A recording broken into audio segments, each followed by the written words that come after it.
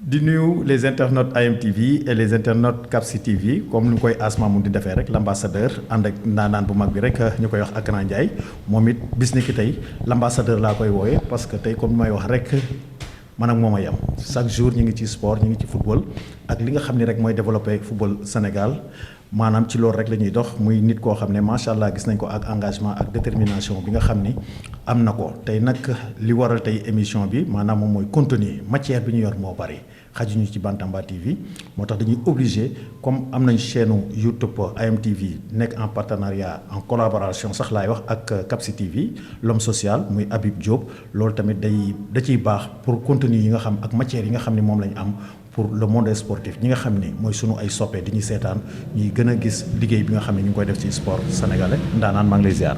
waaw As maa ngi lay fay di rafetlu vraiment initiative bi nga am ba nekk en partenariat ak Capsi TV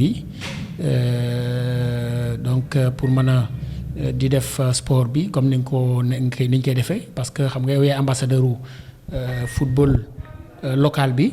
donc nekk ancien international sénégalais aussi nit ñi di ko rafetlu c'est-à-dire foo ci dem dañ lay apprécier parce que gis nañ taxawaay bi nga am ci footballu Sénégal donc ñu koy rafetlu bu baax a baax di kontaan nag ci plateau bi waaw. dëgg la waaw di wax rek chaque jour comme d'habitude rek yaa ngi ci sañse yu rafet yi rek waaw xaw ma ku lay ñawal mais war nga ma booleeg moom mu sponsorisé moom. non amul problème yow tu es le meilleur As. yow yaay ndaanaan bi. loolu nga gis. yow yaay ndaanaan bi yow loo bëgg rek yàlla nay jàmm. ba pare Jóob nga sant. am Jóobeen nga. dëgg la mais dañuy ñëw rek comme ni ñu koy waxee rek tous les résultats de la 23e journée Ligue 1 ak Ligue 2 dañuy ñëw rek ci résultat Ligue 1 bi ak Ligue 2 bi ñu gis championnat bi ren mu ci Ligue 1 bi ak ci Ligue 2 bi gis nañ ci maanaam ay buts gis nañ macha allah comme ni ñuy wax rek attaquants yi ñu ngi dugal waaye tamit li ñuy raté tamit yomb na xam naa loolu dinañ ci gën a waxtaan léegi parce que am na ci benn match bu ñu jugee mu nekkoon ci diggante Teungueth FC ak AS Cambérène ñu gis match boo xam ne am na benn occasion de but boo xam ne moo doon occasion wu match bi l'avant-centre de AS Cambérène mais ni mu ko ratee loolu moom demande d'explication foofu mu am ci moom defe naa ni loolu dina am. xam naa dinañ ko leeral wala. effectivement foog ñu leeral ko comme yow attaquant nga woon. man ma nekkoon un milieu terrain. waaw ma doon joxe ay passes décisives. donc ñu jox ko passe décisif. ci arrêt de jeu yi parce que match bi dans le temps réglementaire bi jeexoon na ñu ngi ci arrêt de jeu. ñu passe ko ci ginnaaw défense bi mu réceptionné ballon bi ak pied gauche am. contrôle ak pied gauche donc tëj tànk bi au lieu mu koy ibbi. te pourtant bi mu contrôlé ballon bi mu ngi ci deuxième poteau bi la ne. poteau boobu foofu la le gardien de but de Teungueth FC nekk. donc bi mu réceptionné rek le gardien de but dafa pare. tëj premier poteau bi donc moom warul tëj tànk bi day ibbi. foofu bu ibbi woon tànk bi rek daf koy def ci petit filet opposé. bu gardien de but bu ko defee mu mën a égaliser malheureusement pour l'AS Cambérène donc Rassoul Camara prêté par AGEL de Rufisque à l'AS Cambérène moo raté la balle de l'égalisation du côté de l'AS Cambérène. soo leen sañoon mu dugal bii boobu de. waaw boo leen sañoon ñi ko abale. Agel bi ko abale. bu sañoon Rasoul da koy dóor ci petit filet gardien de but bi égalisé. waaw mi ngi noonu bu ko defee. écart bi mën a gën a yaatu. parce que da ngeen di daje. non mais fi mu ne sax dinañ ñëw. waaw léegi ñu ñëw ci tous les résultats rek xam naa ni dañ koy maanaam wax rek mu nekkoon ci diggante Génération Foot ak Sonacos de Diourbel 1-0 pour Génération Foot Dakar Sacré-Cœur moo gagné Agel le leader 2-0 Union Sportive de Gorée dafa match nul 0 but partout ak Jaraaf de Dakar la Linguère de Saint-Louis dafa perte ci terrain 4-0 AS Pikine moo ko fekk terrain dóor ko 4-0 waaw di ñëw ci Casa Sport dafa match nul 1 but partout moom ak Guédiawaye Football Club AS Cambérène dafa perte ci terrain par Teungueth FC moo ko gagné 1-0 Union Sportive de Ouakam moo gagné 1-0 Walidane de Thiès demee moom mooy clôturer 23e journée bi mu nekk ci diggante HLM de Dakar ak Stade de Mbour fële au stade de HLM di wax ni nag dañuy ñëw rek ci 3 matchs yi nga xam ni ñoom ñooy les leaders ñi nekk ci kaw muy le leader Agel perte tamit matcham nan nga jàngatee matchu Agel démb. waaw xam nga Agel dafa doon jouer match piège. pourtant maa ngi koy wax ma ne leen match piège la bi ñuy tàmbali direct bi nee naa leen il faut que ñu def attention ci équipe bu Dakar Sacré-Cœur bi. parce que équipe la wax boo xam ne man Kakatar laa ko tuddee. Dakar Sacré-Cœur day soppeeku. man na mel ni semaine bii weekend bii di ñëw mu mel neneen parce que boo seetloo weekend bi passé dafa déplacé wu dem du côté de Déni Biram Ndaw donc jouer ak Génération Foot. Génération Foot dóor ko 5-0. 5-0 la ko Génération Foot dóor. mais façon bi Génération Foot doon jouer ak Dakar Sacré-Cœur moom la AGEL joué wul ak Dakar Sacré-Cœur. parce que Dakar Sacré-Cœur dañu am système de jeu boo xam ne dañu fidèle ak seen système donc dañuy jouer avec un système de jeu de 3-5-2 avec une défense à 3 avec 5 milieux de terrain dont 3 milieux de terrain à l'intérieur benn devant la défense en position de sentinelle ak ñaari milieux relayeurs yoo xam ne ñooy nekk derrière les attaquants ak ñaari pistons mais 3-5-2 foo ko gisee c'est parce que équipe bi koy jouer animation bi yëpp ci côté yi lay jaar.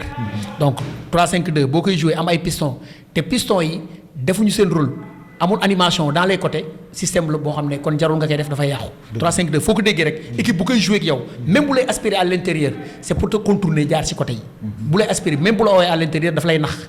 daf lay attirer pour nga dugg à l'intérieur mais intérêt ak efficacité mooy da lay contourner vers les côtés.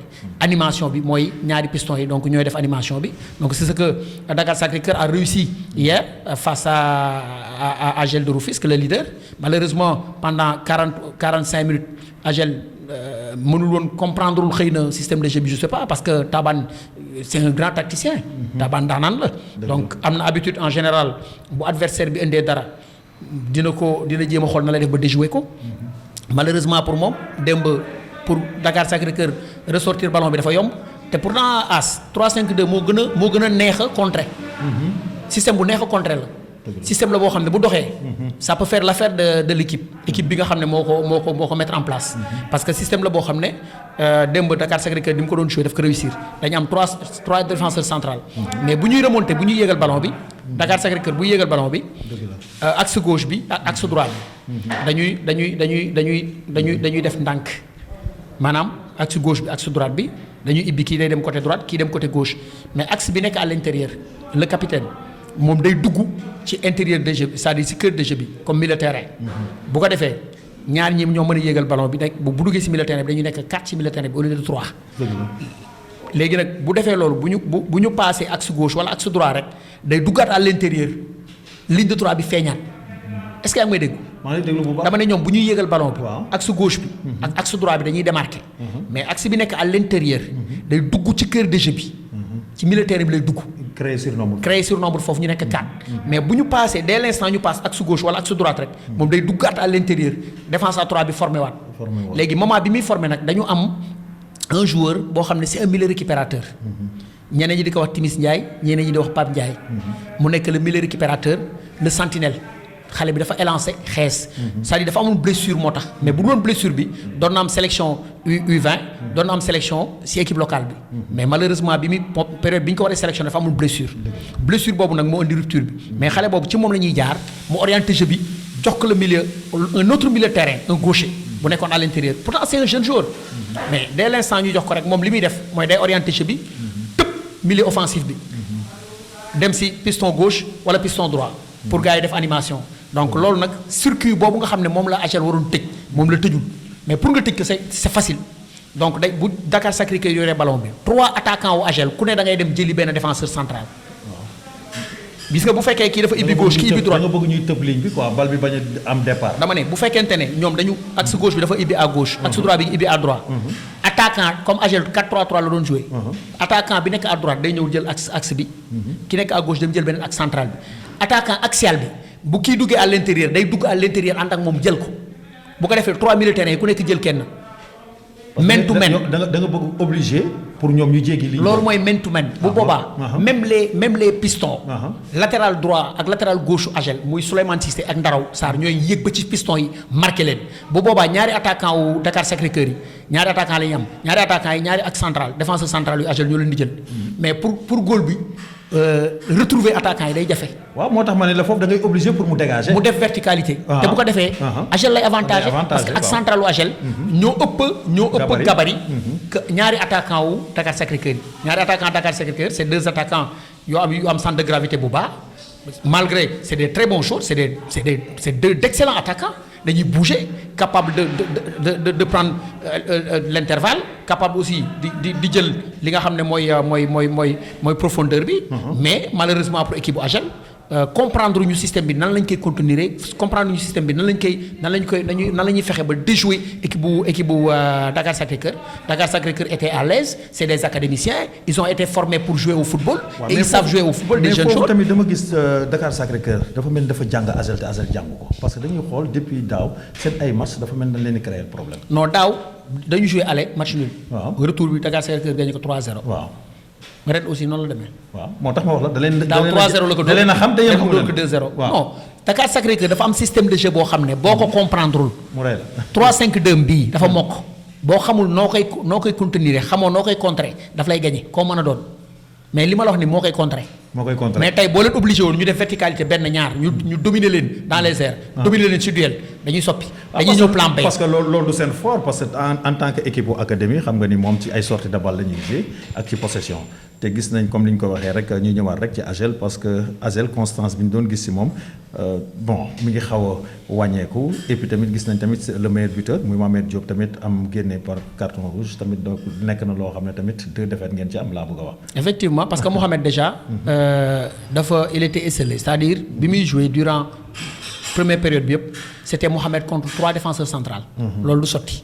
dama leen koy wax toujours dama leen di wax ne il faut que les hommes de couloir les attaquants de côté. il faut que ñuy rapprocher vers Mohamed ñu ñëw di ko jege. di jege Mohamed parce que un attaquant boo ko jegewul du am ku mu dénk du am ku mu remise du am ku mu def ay combinaison du am ku mu ko defal. te il faut que ñu koy jege mais dañ koy sori distance bi day sori dañ koy bàyyi ak. trois centraux donc foofu Mohamed pour mu gagner ay duelam dafay jafe à chaque fois bu récupérer ballon bi ak central bi dañuy ñëw jël ko facilement. donc loolu aussi bokk na ci li xawoon énervé Mohamed. te joxuñu ko benn yoon ballon boo xam ne donc permettre na ko mu mën a dem dugali wala moom occasion. donc loolu xam naa ne li ko gën a énervé si la bokk mais ak lu mën a am. joueur da nga war a am sang-froid. déjà li ñu koy reproché rek mooy. bi ñu sifflé contre ñoom dafa jël ballon bi dóor ko ci suuf. après mu jël si un carton jaune. carton jaune boobu c'était inutile il faut que xale yi di maytu loolu. c'est des cartons jaunes inutiles. deful fa deful dara mais arbitre yi duñ ci am compréhension parce que loolu la mën a gën mécontentement am noonu la ko mën a manifester parce que loolu day dal jour di nga gis mu wax yooyu yëpp pour man tey jii nii carton boobu mënoon a ñàkk. mais xam nga arbitre bu loolu da nga koy def ak arbitre bu am niveau. dëgg la. arbitre bu amee niveau. xam nga arbitrage. da nga un arbitre dafa war a am pédagogie. dëgg la c'est-à-dire arbitre dafa war di échanger lu bari ak joueurs yi. di leen dalal. même booy jox joueur carton sax. doo ko jox ak am carton bi ak mer ak gëdd. non arbitre yi ñëwuñu fi pour loolu. yow dañu wax ne arbitre dafa war di anticiper. dëgg la au lieu ngay siffler faute. wala ngay joxe carton da ngay anticiper ba faute du am. ba carton du am. c'est-à-dire loolu mooy rôle arbitre. ba pare da nga war a pédagogue c'est-à-dire arbitre dafa war di échanger avec les joueurs. da ngay di échanger ngay waxtaan ak ñoom. calme-toi jeune homme viens là calme-toi il faut que tu te calmes sa équipe daf la soxla. boo calme dama lay jox carton. dëgg la waaw premier avertissement deuxième def nga faute fii. defal nga beneen faute dama lay jox carton te bu ma la joxee carton da ngay pénaliser sa équipe. arbitre bu am niveau mooy def loolu. voilà c'est ça mais malheureusement suñu arbitre yi vraiment parce que am nañ ci benn émission. niveau bi dafa des niveau bi dafa des mercredi sax incha allah dinañ ci wax ci arbitrage léegi dañuy ñëw ci deuxième bi mu waroon profité muy Union Sportive de Gorée moom ak Jaraaf dañu match nul 0 but partout mu nekkoon occasion pour mu gën a rattraper AJEL de Rufisque. malheureusement pour les Gaboulou. Goréens yi parce que dañu xam nga Gorée constance bi mu am. constance bi donc mooy daaw mu jëloon deuxième mënoon na jël sa championnat bi. mais ci présence am. ren mu ñëwaat même chose. bi ñu démarré championnat bi mu nekk ci kanam. mu nekk équipe bu naqaree joué nekk équipe bu naqaree dugal but. xanaa xamoo AJEL noonu la meloon équipe bu naqaree dugal but la woon mais léegi li muy concédé ci ay but dafa bari. dafa bari trop moo tax lu bari le coach war na ko xoolaat amaat ci jàngat quoi mais Gorée aussi amoon na opportunité amoon na occasion parce que dafa nekkoon à 4 longueurs de AJEL. le leader malheureusement pour moom mu match nul par manque d'efficacité yaa ngi ma koy wax tout à l'heure parce que déplacé woon nga dem foofu c'était un match serré match boo xam ne amuloon ouverture bëri ay duel donc ay combat et tout donc agressivité bi amoon na donc amuloon jeu bu bëri ouverture amul woon donc les militaires amuñu woon temps orienter le jeu tantôt à gauche tantôt à droite pour essayer de retrouver les attaquants aussi ils n'avaient pas l'opportunité de marquer des buts peut-être am nañ ko quelques-uns rek benn ñaari occasion yoo xam ne xëy na Gorée mënoon na ko dugal mais par manque d'efficacité des attaquants Gorée dugaluñu ko ba ñu mujjee jël 1 point ci rencontre boobu te bu ñu gagné woon dañ doon ñëw à 1 point de AJEL. de AJEL doon na compliqué de. dañuy ñëw rek ci Teungueth FC tamit gagné na AS Cambérène 1-0. waaw mu nekk victoire méritée pour les Rufisquois. Ah oui, une victoire méritée pour les poulains de Malick Daf.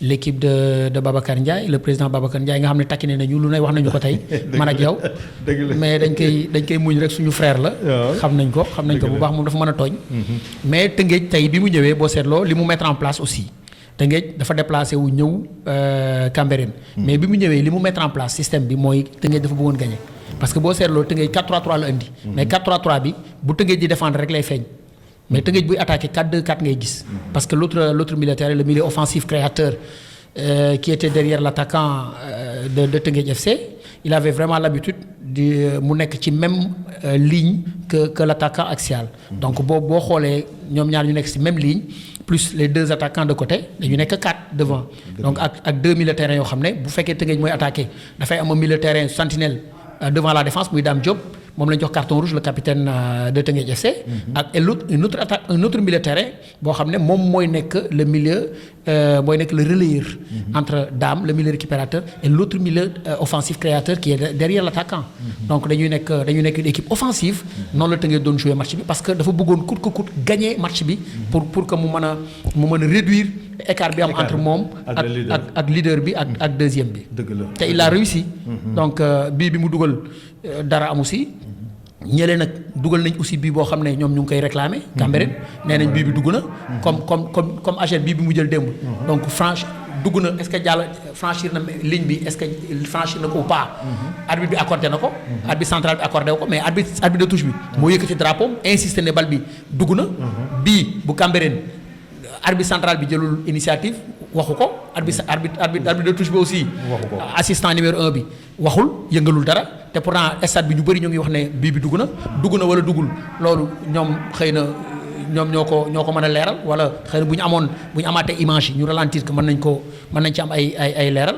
malheureusement pour Cambérène accordé lu ñu leen bii boobu après en deuxième période ci début de deuxième période bi Dame Diop le capitaine et milieu récupérateur de Tëngéej FC c'est le joueur le plus capé parce que c'est moo fa ëpp expérience moo gën a yàgg ci équipe bi. donc mu am carton rouge moom it deuxième carton jaune synonyme de rouge mu quitté ses partenaires mais moment boobu après Cambérène dafa jël match bi en main. mais ni mu ko jëlee en main moo des. gis nga hier bi Dakar Sacré-Cœur bi Agel amee rouge. Dakar Sacré-Cœur dafa posé jeu bi. gis nga As booy jouer équipe mu am carton rouge manqué dootoo yàkkamti waratoo yàkkamti ba pare da nga war a élargir jeu bi da nga ko war a yaatal. fi naan li naan yaatal jeu. da ngay yaatal jeu bi élargir ko xam nga lu tax. parce que à chaque fois foo leen boo demee ci compartiment yëpp maanaam premier tiers deuxième troisième tiers bi saa yi boo fa demee équipe adverse day manqué. parce que matuñu. loolu nag bu boobaa nag yow da ngay dal élargir jeu bi ba pare di jouer ci ay intervalle petit espace intervalle ba ci camp yi. mën nga ci dugal ay buts yu bari malheureusement pour Cambérène ils ont pas pu profiter ci carton rouge Tëngéej FC bi pour mën a égaliser à la dernière minute ci 5 minutes de temps additionnel defe naa ci 95e minute. le Rassoul Camara am une occasion en or pour égaliser du côté de Cambérène malheureusement pour l'AS Cambérène Rassoul Camara il n'a pas été efficace devant les buts donc mu manqué loo xam naa ne président Cambérène bi dina ko si mere trop mais ñi ko si mere itam dina bari. dina am ñeneen ñu bëree bëri sax ñu mere Rassoul Camara waa Agel yi. ñoom ñi ko abalee. waa Agel yi rek mais dinañ ñëw tamit ñu gis tamit benn performance bu AS Pikine dem Saint-Louis gagné fa 4-0 ñu gis tamit le retour de Lamine Correa moo doublé tamit defe naa ni Pikine am na ci maanaam loo xam ne tey comme par rapport ak problème yi nga xam ne ñu ko doon dégg ci seen équipe bi maanaam ci côté maanaam ci salaire yeeg yooyu yëpp ba xale yi xaw a mer mais réaction am na. waaw xam nga Pikine li ma ci waxoon laa ci waxaat. dëgg la xam nga Pikine dañu am c'est une équipe compétitive. Pikine l'AS Pikine c'est une équipe compétitive parce que ils ont un excellent gardien de but un très grand gardien de but. donc Amar Fall ku ko xam. l'enfant de Ñaari Tali. de Grand Dakar. donc il a été formé ici donc mu jógee fi dem EJ Fatick après jógee EJ Fatick dem Sonacos de Diourbel Pikine jël ko te ñu bëri bëggoon ko. xale bi amoon na sax présélection équipe nationale. donc mu nekk un excellent gardien de but. donc damay wax ne Pikine mérité wul place bi mu am. parce que am na ay joueurs de qualité Malick Ndoye. ancien défenseur central. bu Tëngéej FC ancien tamit nekk international sénégalais jël bokk si ñi jël CHAN bi Sénégal njëkk jël donc muy génération boobu Malick Ndoye donc Omar Samba Anne l'autre défenseur central. il fait partie des meilleurs défenseurs centrales de ce championnat. Omar Samba Anne. donc ñu mel noonu mu nekk équipe boo xam ne donc Sidia Etienne. le défenseur latéral droit. il fait partie des meilleurs défenseurs latéral droit de ce championnat Sidia Etienne. donc ak ñeneen ñoo xam ne tey Paoletta. Ibrahima Dieng voyagé na ay yoon ñëwaat. Mangone Ndiaye il fait partie aussi des meilleurs attaquants de côté avec un excellent pied gauche. donc Pikine vraiment am nañu effectif bu riche am nañu un bon groupe am nañu de très bons joueurs avec beaucoup de talent. donc Pikine vraiment mérité na fi mu nekk daal mérité wu ko xëy na waxtaan nañu. ba yu bëri réglé parce que aussi xale yi itam foog ñu am motivation nag.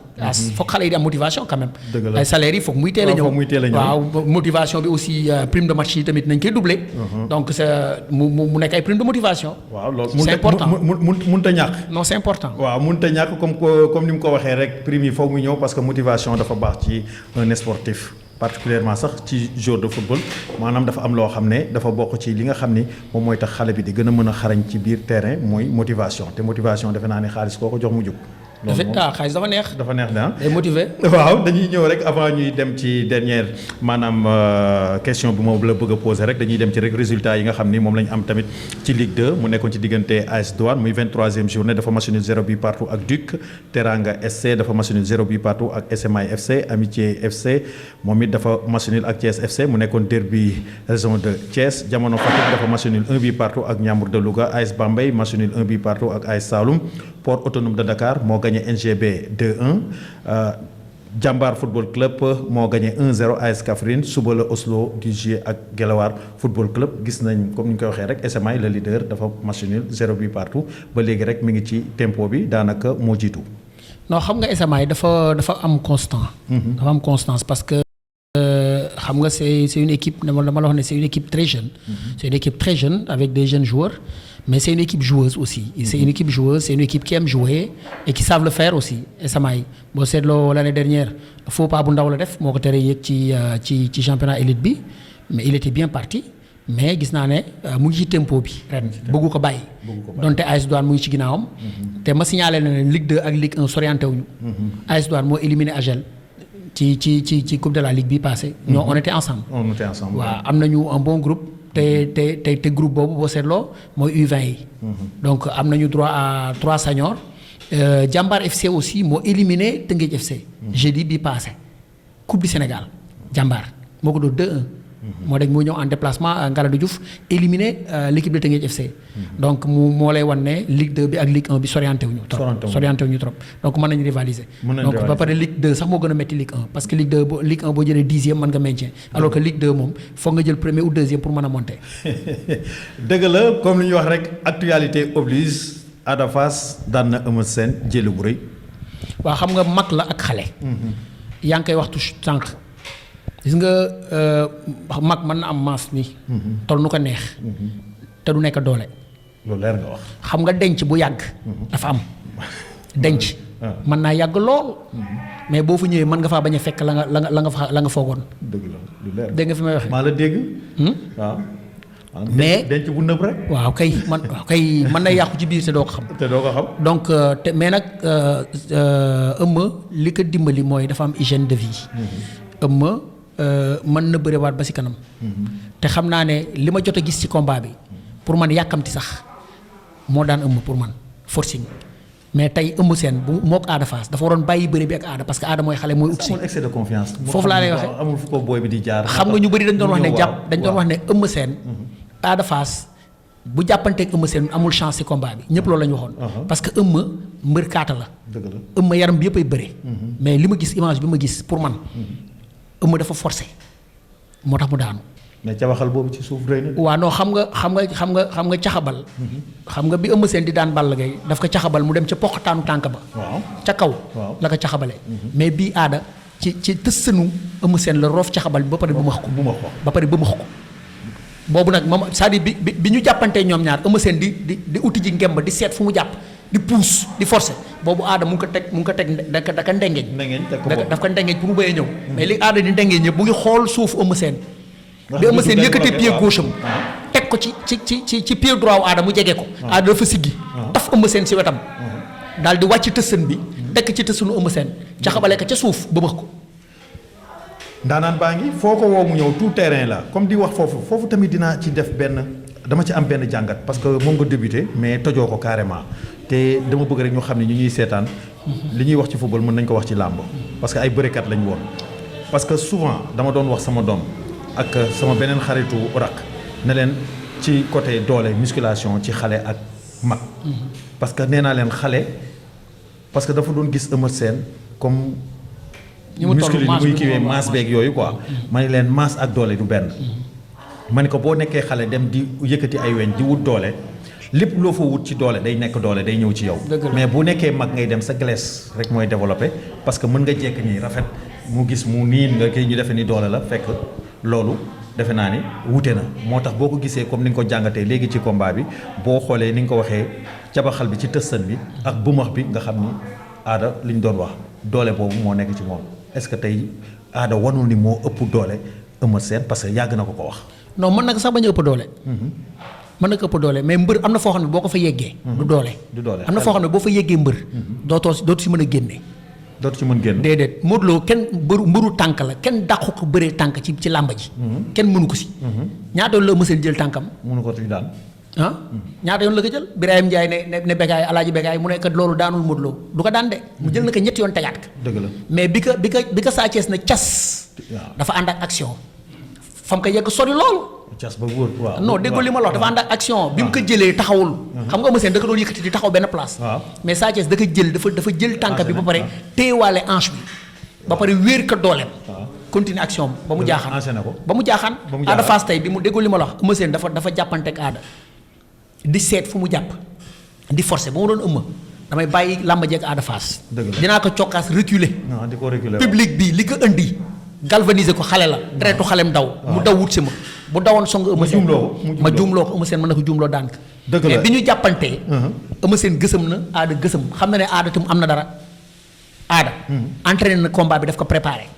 te li Eumeu Sène waroon def si combat bi moom la Ada Fass def mooy dal bàyyi Eumeu Sène fiir ko. aada téye ko. Eumeu Sène di raas di ut fu mu jàpp aada ndengeñ ko ndengeñ bi mu ngi xool tànku Eumeu Sène mu ngi ci suuf di ko xool. bi Eumeu yëkkatee tànk gauche am ba mu jegee pied droit wu Ada Fass dafa def action dafa xëcc Eumeu Sène taf ko si boppam moment bi mu koy taf la boobu mu ngay roofaale tànk pied droit am ci pied gauche Eumeu Sène seen ñaari tësën booloo nekk benn bu nekkee benn bu ko wéeree dooleem ba ma ko Eumeu Sène day jaaxaan. mënu si dara. jël bu rëy la ko daan. jël bu rëy la ko daan looy tàggoo. waaw xanaa sant yàlla comme d'habitude di kontaan. donc ànd ak yow ci Caps TV. ak ki nga xam ne mooy sama Asmamoun TV. way MTV am TV moo neexee ma ne am. xam nga mun bi dañuy def. xam nga tur la mais mun bi c'est la lune en anglais. mën na nekk lune en anglais. mën na nekk mun. waaw Asmamoun bi nga tudd. waaw boo si dóor boo si def rek muy moom. boo si def muy moom. kon jeex na di bëgg sama mbokkam jokkul mii nag. bu baax a baax. waaw mbokkam jokkul waaw sama mbokkam jokkul nekk sama mbokk. parce que am na ay mbokk jokkul njaayeen. te sunu maama sañ ci jokkul njaayeen. dëgg la donc Mamadou Gueye Kula. di ndijaay si moom wala di mag si moom. di mbokkam. nekk aussi sama ndijaay nekk sama mag nekk sama mbokk nekk sama xarit. nekk ancien international sénégalais. nekkoon jaraaf. toj jaraaf dem équipe nationale Sénégal. joué fa 1990 Alger 90 demoon na. bokkoon na ci équipe bi. joué na sax ci troisième place bi. ci troisième place bi joué na ci. donc ñu koy nuyu de passage di nuyu waa këram yëpp. di ko bëggee moom it bu baax a baax. di wax nit ñi ne nag bu ñu bëggee lekk lu neex. waaw ci restaurant bi la. waaw restaurant bi sax tur bi nan la turu restaurant bi. Chez Nabou. waaw Chez Nabou madame Diop. Chez Nabou madame Diop rek lay def. non xam nga nag. mais balaa ngay xam ne moo mën a togg rek nga ñëw jël fi supp bi rek supp bi. suppu yeel bi. dégg nga suppu yeel am na fi. non suppu yeel a ngi fi. mais man gis naa sandwich bi. sandwich yeeg ba ci. mais fataaye complet bi. gis nga fataaye complet. waaw mais suppu yeel bi laa ñamagul. mais xoolal. te man Ndiaye laa sant as. yàlla boo toog nag ba féex ba kii naan sa ataaya nga jël ngalax bi. ngalax bi. waaw non ngalax bi moom beneen affaire la. mais as kon man du ma defati man émission dootuma ko defati feneen fii rek. non Chez Nabou rek. oui ma bàyyil ba nga jël supp bi. dama ne Chez Nabou rek madame Diop. madame Diop Chez Nabou feneen fu dul fii waaw awa buuru këram. rek waaw moom ba keroog yàlla na yéex. yàlla dañuy sàkku kon ñu jox internet yi rendez-vous. Chez Nabou. Madame Diop. fii rek la. kon jeex na à très bientôt. waaw mi ngi noonu mu nekkoon émission rek comme ni ñu koy waxee rek muy tous les résultats yi nga xam ne dañ koy am rek ci journée yi dañuy bëgg rek di ko def ci AMTV jour du match fii ñàkk ko seetaan nag wóorul. abonné leen nag ci site AMTV bi ak ci Capsi TV. parce que nekk na ay chaîne YouTube yoo xam ne chaîne de valeur la ci valeur ak ci lumière rek lay dox journée prochaine.